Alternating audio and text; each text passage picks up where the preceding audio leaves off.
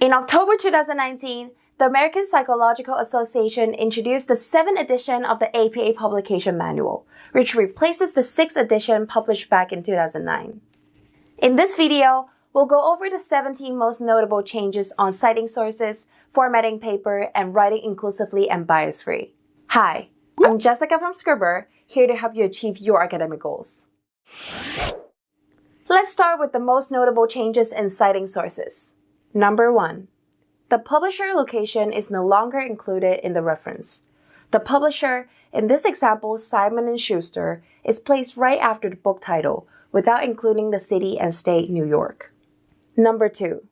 The in-text citation for works with 3 or more authors is now shortened right from the first citation using et al. In the 6th edition, sources with 3, 4, or 5 authors were given in full the first time the source was mentioned. Number 3. You should include surnames and initials for up to 20 authors in the reference list. In the 6th edition, it was up to 7. Number 4. The label DOI: is no longer necessary. DOIs are now formatted as URLs. Number 5. You no longer need to write retrieve from in front of the URL, unless a retrieval date is needed. You now also include the website name, unless it's the same as the author. Number 6.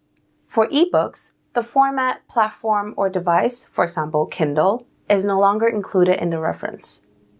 Number 7. Clear guidelines are provided for including contributors other than authors and editors. For example, if you want to cite this video, make sure to include Scribber as the author.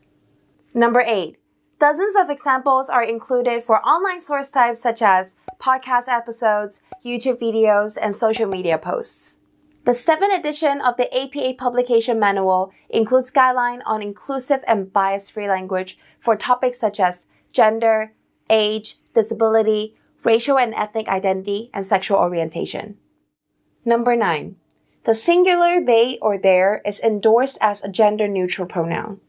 Instead of saying he or she, you're encouraged to say they. Number 10. Instead of using adjectives as nouns to label groups of people, descriptive phrases are preferred. So instead of saying the poor, you should say people living in poverty. Number 11. Instead of broad categories, you should use exact age ranges that are more relevant and specific. So use people in the age range of 65 to 75 years old instead of over 65. The APA also provided different paper format guidelines for professional and student papers. You can find a sample paper for both types in the manual. Some of the format changes include: Number 12. Increased flexibility regarding fonts. Options include Calibri 11, Arial 11, Lucida Sans Unicode 10, Times New Roman 12, and Georgia 11. Number 13. The running head on the title page no longer includes the word running head. It now contains only a page number and the paper title. Number 14. The running head is omitted in student papers, unless your instructor tells you otherwise. Number 15. Heading levels 3 to 5 are updated to improve readability. For level 3, instead of indenting, it's now flush left and also italicized.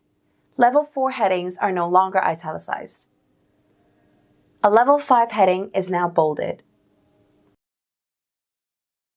In terms of style, not much has changed, but there are 2 changes you should know about. Number 16. Use only one space after a period at the end of the sentence. Number 17. Use double quotation marks to refer to linguistics examples instead of italics. So when will people start using the 7th edition APA manual? The APA expects that people will start using the 7th edition in the spring of 2020. But make sure you check with your supervisor or journal publisher which edition you should adhere to. The manual is now available in full color. You can choose between a hardcover, spiral bound, or ebook. If you're interested in getting yourself a copy, check the link in the description. That's it for this video.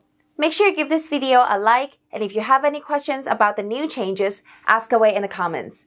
See you soon!